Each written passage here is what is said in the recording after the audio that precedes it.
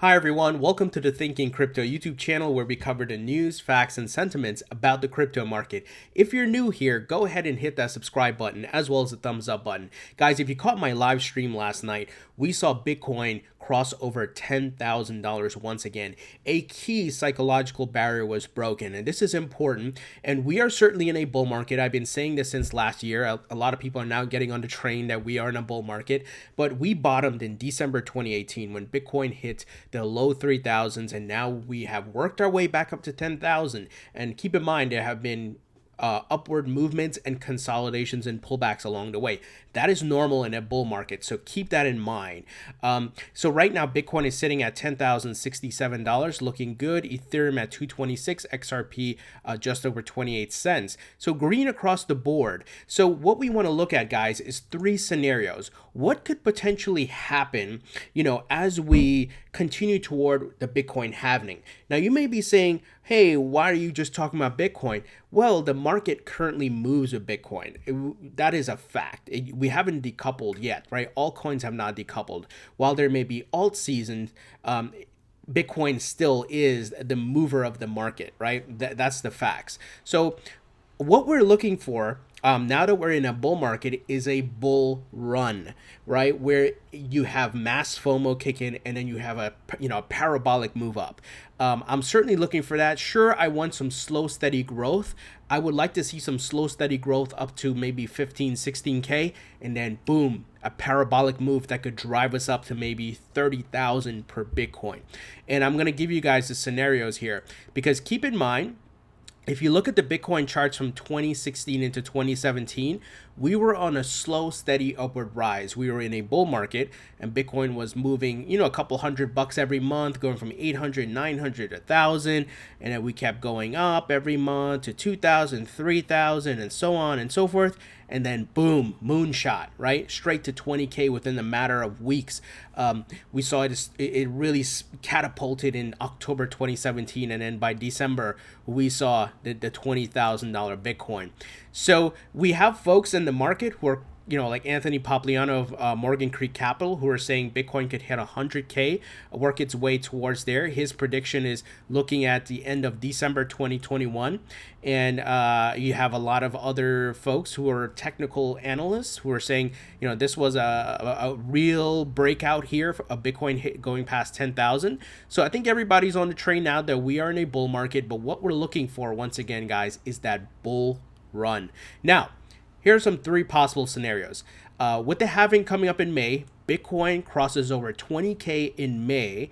That would be ideal at the halving and triggers a bull run where mass FOMO kicks in, right? Because once again, we hit another psychological barrier because people saw it hit 20K and then crash back down. And a lot of people FOMO'd in and panic sold after that, not understanding market cycles. Now, we are talking probabilities, not certainties, guys. I just want to make sure that's clear. When it comes to investing, there's no guarantee, there's no certainties. There's probabilities, right? Because we can't predict the future. Now, how likely is this? It is the least likely of the three scenarios I'm going to share with you because it shows we're going to move really fast. I don't know if that's going to happen. I personally prefer the slow, steady growth past, like I said, the 15K point, and then we see the catapult. Now, scenario two, Bitcoin slowly grows and we see a bull run later this year, maybe around September, October, right? So we pass the halving, no catapult, no moonshot happens, but we keep that slow, steady growth, just like we saw in 2017. Each month it goes up, right? And then maybe in September and October we see it. Or lastly here, Bitcoin slowly grows through 2020 and we see a bull run in 2021, maybe in Q2 of 2021. And once again, these are just probabilities, right? I'm just giving you some scenarios based on some past performance and how things have moved historically. Keep in mind for the halving, Bitcoin has seen significant jumps, right?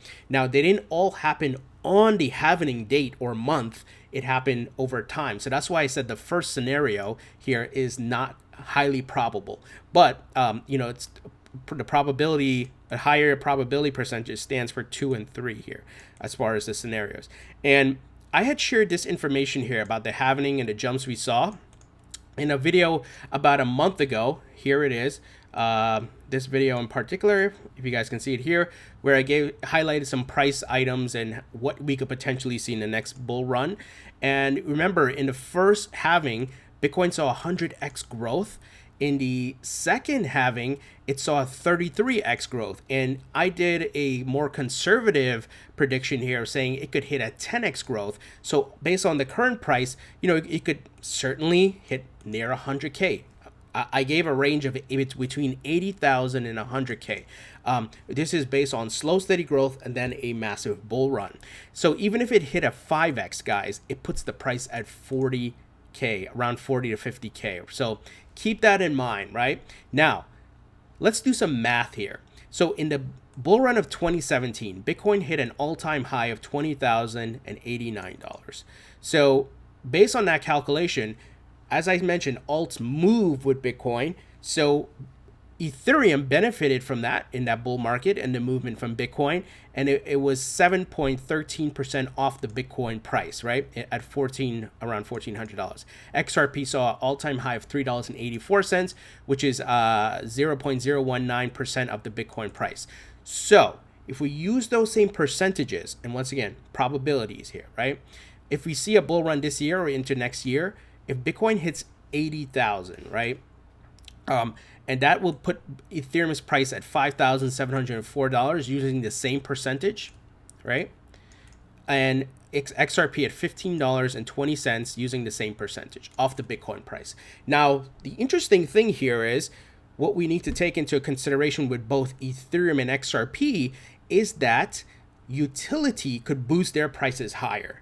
They could see bigger gains, especially XRP, because we are seeing, if you saw my videos from the past week or so, MoneyGram is really ramping up their services, and we see the volume on exchanges of XRP versus different fiat currencies. The volume is increasing significantly. So utility could drive the prices up even higher for XRP and Ethereum. I personally believe that, and I'm basing down on adoption and utility. And you know, big things are being built for Ethereum. Ethereum futures will launch on CFTC this year, so keep these things in mind and all the moving parts and pieces here, guys. But once again, you know, because everything follows Bitcoin, here's what I'm thinking. My three scenarios. Once again, the halving, things really move fast, and the halving we cross over 20K and we see that massive bull run. Not as likely.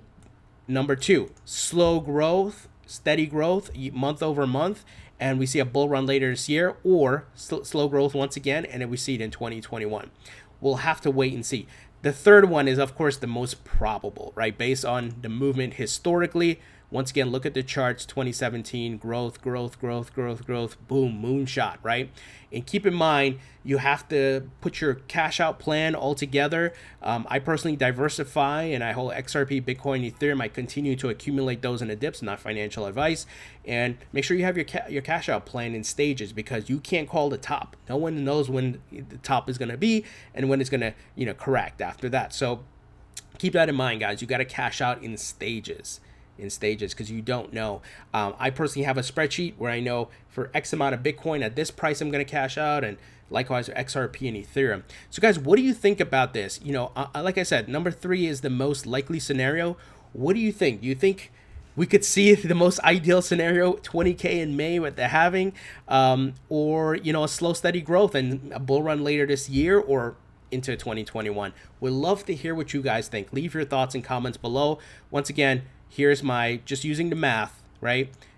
Probabilities, not certainties, what we could potentially see. And keep in mind, one important fact I didn't mention, the infrastructure is way more built out this time. You have institutional money, you have so many exchanges, you have fiat on-ramps. It's way better this time. The infrastructure is way better, way better. I mean, compared to 2017, where exchanges had to close their doors. That is not going to happen this time around. You have so many options now in the big players. So what do you guys think? Leave your thoughts and comments below. Thumbs up if you like this video. Please subscribe if you haven't already. Don't forget to follow me on Twitter and Facebook. Links in the description. I will talk to you guys later.